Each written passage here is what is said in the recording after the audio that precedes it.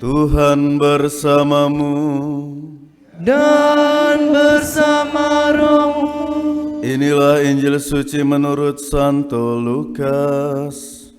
Dimuliakanlah Tuhan.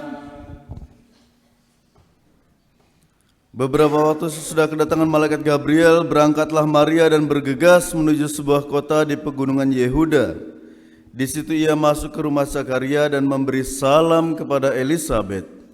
Ketika Elisabet mendengar salam Maria, melonjaklah anak yang di dalam rahimnya, dan Elisabet pun penuh dengan Roh Kudus, lalu berseru dengan suara nyaring, "Diberkatilah engkau di antara semua perempuan, dan diberkatilah buah rahimmu.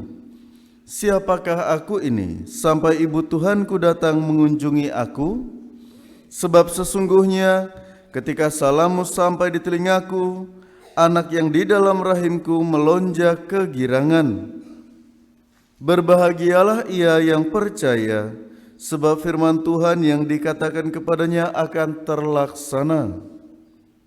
Lalu kata Maria, "Jiwaku memuliakan Tuhan, dan hatiku bergembira karena Allah Juru Selamatku, sebab Ia telah memperhatikan kerendahan hamba-Nya. Sesungguhnya mulai sekarang segala keturunan akan menyebut aku berbahagia, karena Yang Maha Kuasa telah melakukan perbuatan-perbuatan besar kepadaku, dan kuduslah namanya. Rahmat-Nya turun-temurun atas orang yang takut akan Dia.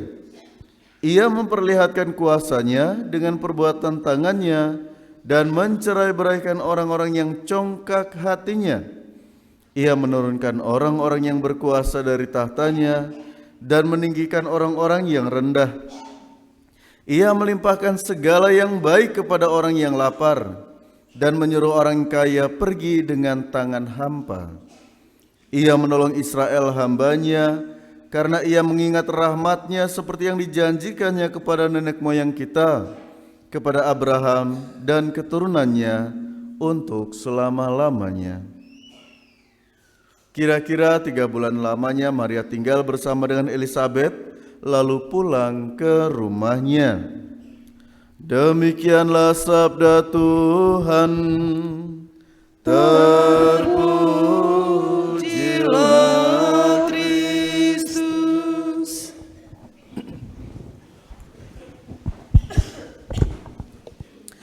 Frater, suster, Bapak, Ibu, saudara-saudari, anak-anak yang dikasihi Tuhan, selamat pagi untuk kita semua. Selamat pagi Romo. Wih, masih loyo. Apa kabar hari ini? Luar biasa. Ya, hari ini sekami yang tugas kor tapi masih kurang semangat. Semoga nanti lagu-lagu berikutnya lebih semangat. Kita mungkin pernah mendengar sebuah pernyataan, lidah setajam silet. Lidah setajam silet. Kalau yang masih punya lidah, coba perhatikan, apakah lidah kita betul-betul setajam silet sehingga bisa melukai rongga mulut ataupun bibir kita. Kalau kita lihat teksturnya, lidah itu empuk ya. Lantas mengapa ada ujaran yang mengatakan lidah setajam silet, padahal lidah itu tidak tajam? Ini sebuah istilah yang mau menggambarkan apabila kata-kata yang kita pilih, yang kita lontarkan adalah kata-kata yang bisa melukai, kata-kata yang bisa menyakiti hati, perasaan orang lain. Maka mari kita merenungkan makna berhati-hati dalam menggunakan lidah, sebab lidah bisa menjadi senjata yang melukai perasaan orang lain. Lukanya memang tidak berdarah, tetapi sakit hatinya melebihi sakit fisik. Hari ini kita mendengar Bunda Maria yang mengunjungi saudaranya setelah ia dilawati atau dikunjungi oleh malaikat Gabriel. Anak-anak kami masih ingat, malaikat Gabriel itu malaikat yang bertugas untuk apa? Ya, kalau misalkan tidak bawa HP jadi tidak bisa cari di Google. Malaikat Gabriel itu tugasnya sebagai apa? Malaikat agung Tuhan itu kan ada 3. Mikael, Rafael, Gabriel. Nah, Gabriel ini tugasnya apa? Yang berpelindung Gabriel ada? Tidak tahu juga. Aduh, kasihan. Malaikat Gabriel itu adalah malaikat yang diutus Allah untuk menyampaikan kabar gembira. Maka ketika Maria mendengar kabar gembira dari malaikat Gabriel, dan kalau kita lihat dalam perikop lain, ketika malaikat Gabriel itu datang kepada Bunda Maria, dia juga memberikan salam. Salam, hai engkau wanita yang terberkati, Allah berkenan kepadamu. Jadi ada salam yang membawa damai, sukacita, berkat. Atau dengan kata lain, Gabriel membawa berita yang baik. Gabriel mengutarakan kata-kata yang positif. Maka dengan energi positif yang sama, Bunda Maria beranjak menuju rumah saudaranya Elizabeth. Dan ketika Maria sampai di rumah Elizabeth, kehadirannya saja sudah membawa dampak yang luar biasa. Karena bayi dalam rahim Elizabeth melonjak kegirangan. Ya, mungkin yang hamil bisa membayangkan ketika anaknya menendang-nendang perut Anda. Melonjak kegirangan. Ada sukacita besar atas kehadiran Bunda Maria. Mengapa demikian? Karena Bunda Maria tidak hanya membawa atau mendengar kabar sukacita, kabar kebaikan, tetapi dia sendiri juga menjadi media untuk membawa kabar sukacita itu kepada semakin banyak orang, pertama-tama kepada saudaranya. Maka Elizabeth pun mensyukuri kehadiran saudaranya, bahkan dengan kata-kata yang bisa kita katakan melebih-lebihkan.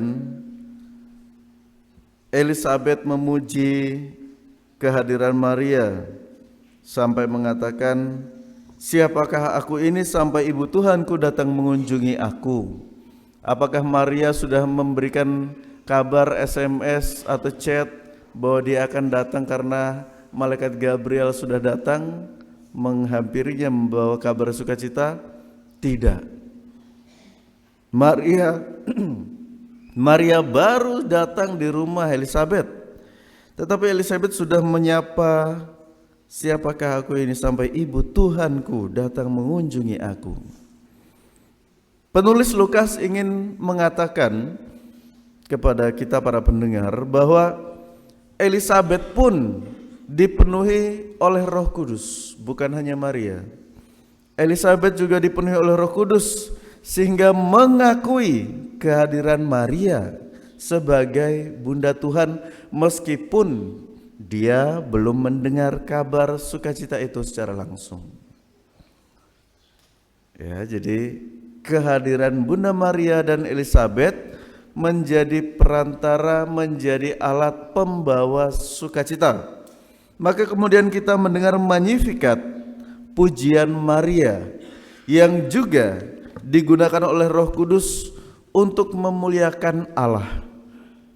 Dan oleh karena kerendahan hatinya, Maria mau mendengar kabar sukacita dan menjadi wadah bagi hadirnya berkat karya keselamatan melalui putranya, sehingga manusia mendapatkan sukacita yang luar biasa, yakni pembebasan dari segala dosa.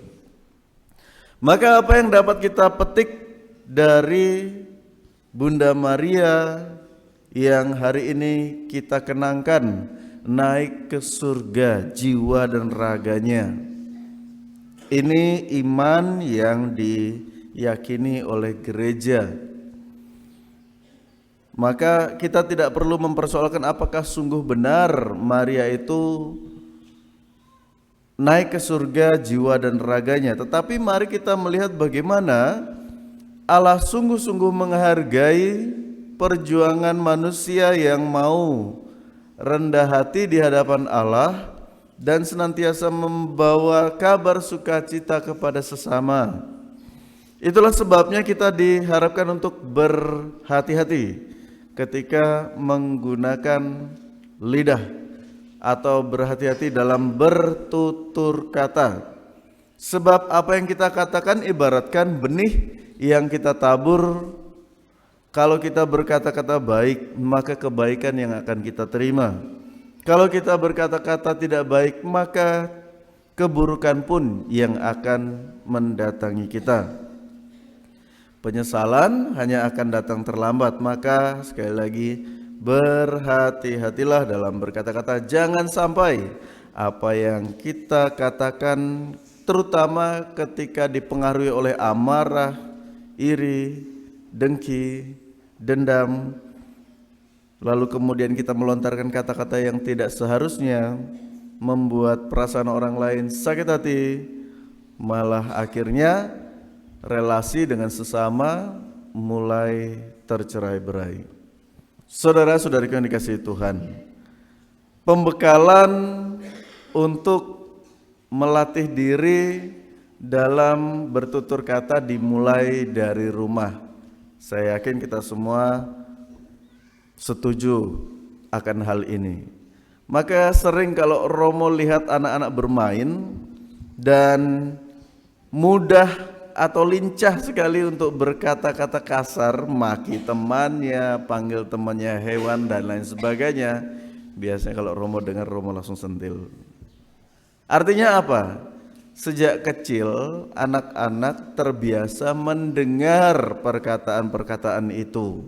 Datangnya dari mana? Bisa dari lingkungan rumah, lingkungan tetangga, ataupun sekolah. Tetapi sebagai orang tua kita tetap harus memberikan bimbingan, bingkai bahwa ada hal-hal yang tidak sepantasnya untuk dilakukan. Salah satunya ya mengucapkan kata-kata makian. Kadang-kadang kita kalau sudah maki olok orang itu semangat sekali, tetapi kita tidak sadar kalau itu juga menyakiti hati orang lain. Ada orang yang mengujar, Romo, kalau tidak maki itu artinya kita tidak dekat, tidak akrab dengan seseorang. Keakraban tidak harus selalu ditunjukkan dengan makian, bukan? Masih ada hal baik lainnya yang bisa kita gunakan untuk mengekspresikan keakraban kita dengan orang lain. Saudara-saudari yang dikasihi Tuhan, kebaikan itu turun dari surga, hidup di tengah kita, dan bersama Bunda Maria kembali ke surga kepada sang pemiliknya. Maka mari kita yang hari ini mendengarkan sabda Tuhan, menjadikan diri kita masing-masing sebagai wadah-wadah kebaikan yang siap dicurahkan rahmat dan berkat Allah, agar melalui kita pun orang-orang di sekitar kita mendapat lebih banyak berkat. Maka sekali lagi berjaga-jaga, hati-hati dalam berkata-kata, agar kelak rahmat dan kebaikan yang telah kita tanam di dunia ini dapat kita petik di surga. Dimuliakanlah Tuhan kini dan sepanjang masa. Amin.